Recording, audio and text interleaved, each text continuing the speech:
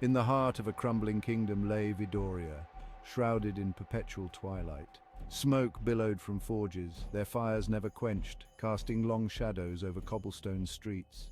Here fear was as common as the cold, damp air that clung to one's skin. The city's denizens, once vibrant and full of life, now trudged through their days with eyes downturned.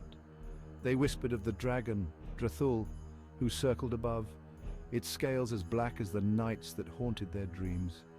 This beast had sealed their fate, binding the city in a state of despair. Tall, twisted spires pierced the skyline, each one a monument to long-lost hopes. The wind carried the scent of ash and decay through narrow alleys, where shadows moved with malevolent intent.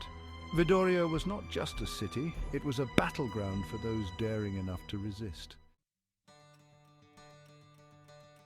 Eldric, a young blacksmith, lived beneath the shadow of loss.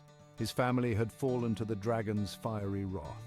From the ashes of his grief, a resolve was born. He knew he was meant for something greater than forged iron and broken dreams.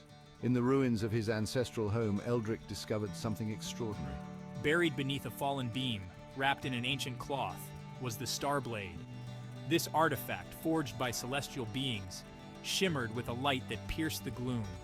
It was said to possess the power to vanquish darkness.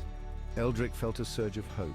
The blade's cool surface thrummed against his skin, its power resonating with his spirit. He vowed then, with the Starblade in hand, to face Drathul. It was not just for vengeance, it was for all of Vidoria. The day Drathul razed the city marketplace was the day Eldric lost everything. His sister Aaliyah had been among the crowd. She was vibrant, full of dreams and laughter. Her death left a void in my heart, a dark abyss filled with sorrow and rage. Remember the laughter, the dreams, the life we shared? He wandered through the charred remnants of the market, each step a painful reminder of what had been lost. Aaliyah's voice echoed in his mind, a haunting melody of better times. It was her memory that steeled his resolve, her spirit that urged him from the depths of despair. With tears that mingled with the soot on his cheeks, Eldric swore upon her memory. He would not let her death be in vain. He would rise, not just as a brother avenging a lost sibling, but as a beacon of hope for all who suffered under Drathul's tyranny. Eldric's quest was not to be a solitary one. News of the Starblade and the young blacksmith's courage spread like wildfire. From the shadowed corners of Vidoria, figures emerged, drawn to the light of resistance. Mara, a cunning archer, was the first to join. She had watched her village burn and knew the taste of loss. Her arrows were swift and true, her eyes alight with a fierce determination. Together, they would strike at the heart of fear. Next came Thorn, a giant of a man with a hammer as large as his will. His strength was legendary, his heart kind. In his booming voice lay the sound of rebellion. Together, we are more than our pain, he declared. The trio became not just allies, but a family forged in the fires of shared adversity. The allies gathered under the cloak of night, their faces set with grim determination. The plan was simple, yet perilous. They would draw Drathul to the great square with a beacon fire, trap it with chains hidden beneath the cobblestones, and strike with the Starblade. Eldric crafted special weapons imbued with remnants of celestial metal found with the Starblade. Each weapon, though not as mighty as the Starblade itself, carried a whisper of ancient power, a glimmer of hope. The night of the siege arrived with a thunderous roar. Clouds gathered as if to watch the battle unfold. The beacon fire blazed, a pillar of defiance in the dark. Hearts pounded, and the very stones of Vidoria seemed to hold their breath.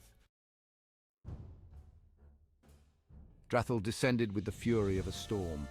Flames poured from its maw, setting the sky ablaze. The dragon's eyes, red as the blood yet to be spilled, fixed on Eldric. The battle for Vidoria's soul had begun. Eldric dodged and weaved, the Starblade a streak of silver light in his hands. Mara's arrows found their marks, piercing the dragon's underbelly. Thorn's hammer clashed against scale, each blow a ringing promise of freedom, yet Drathul's wrath was immense, its power nearly overwhelming. With a mighty cry, Eldric found his moment. He leapt, driving the Starblade deep into Drathul's heart. The beast's scream tore through the night, a sound of defeat that echoed off the city walls. As Drathul fell, the sky cleared. and for the first moment in years, stars twinkled above Vidoria. Eldrick lay wounded, the dragon's venom coursing through his veins, but victory came at a grave cost. His breaths were shallow, his time short. Around him, the city celebrated, but his thoughts were of Elia, of promises kept and a future he would not see. "Keep the light alive," he whispered. Eldrick smiled weakly, his gaze lingering on the faces of those he had saved.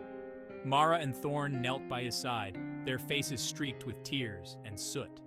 They had won, but the price was their friend, their leader, their light. As Eldrick's light faded, the Starblade dimmed.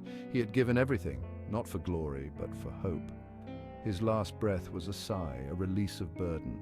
He had fulfilled his destiny, and in doing so, had lifted Vidoria from its darkness.